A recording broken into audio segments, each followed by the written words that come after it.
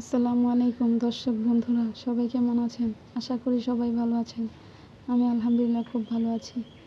তো আজকে রেসিপি হলো আলু দিয়ে গরুর মাংস রান্না। রেসিপিটি ভালো লাগলে প্লিজ সবাই লাইক করবেন। তো আমি গরুর মাংস রান্না করার জন্য এখানে কড়াইয়ে হাফ কাপ পরিমাণ তেল গরম করে এখানে দিয়ে দিয়েছি গরম মশলা, তেজপাতা, দিয়ে দিলাম হাফ কাপ পেঁয়াজ কুচিটা দিয়ে পেঁয়াজটা একটু ভেজে নেব। হালকা ব্রাউন কালার হলে দিয়ে দিলাম 2 চা চামচ আদা রসুন বাটা।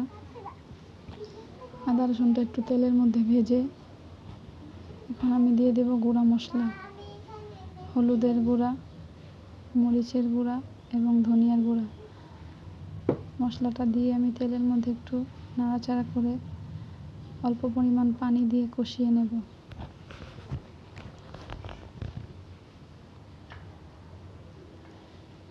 মশলাটা আমার কষানো হয়ে গেলে দেখুন মশলাটা কষানো হয়ে গেছে। এখন আমি এখানে হাফ কেজি পরিমাণ গরুর মাংস ধুয়ে পানি ঝরিয়ে নিয়েছি ছোট ছোট টুকরো করে। এখন আমি দিয়ে দেব মশলার মধ্যে, দিয়ে দিলাম স্বাদ মতো লবণ। ভালো করে লবণটা মিশিয়ে আমি এখন গরুর মাংসটা ঢেকে কষিয়ে নেব। এখন আমি ঢাকনা খুলে আবারও নেড়ে চেড়ে দিলাম, ভালো করে কষিয়ে নিয়েছি। মাংসটা কষানো হয়ে গেলে এখন আমি এখানে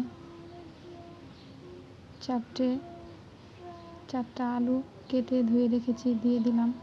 আলুটা আমি এখন মাংসের সাথে ভালো করে কষিয়ে নেব সিদ্ধ হওয়া পর্যন্ত।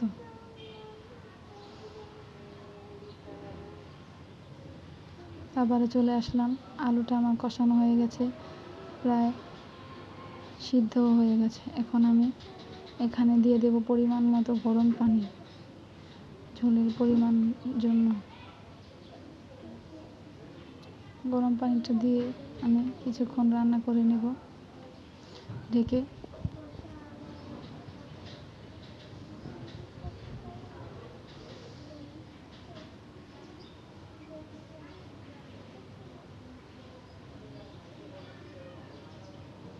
বন্ধুরা, আমার ভিডিওটি ভালো লাগলে প্লিজ লাইক করবেন। তো রান্নাটা হয়ে গেছে, এখন আমি দিয়ে দিলাম ভাজা জিরার গুঁড়া দিয়ে এখন আমি নামিয়ে পরিবেশন করে নেব। সবাইকে ধন্যবাদ। আল্লাহ হাফেজ।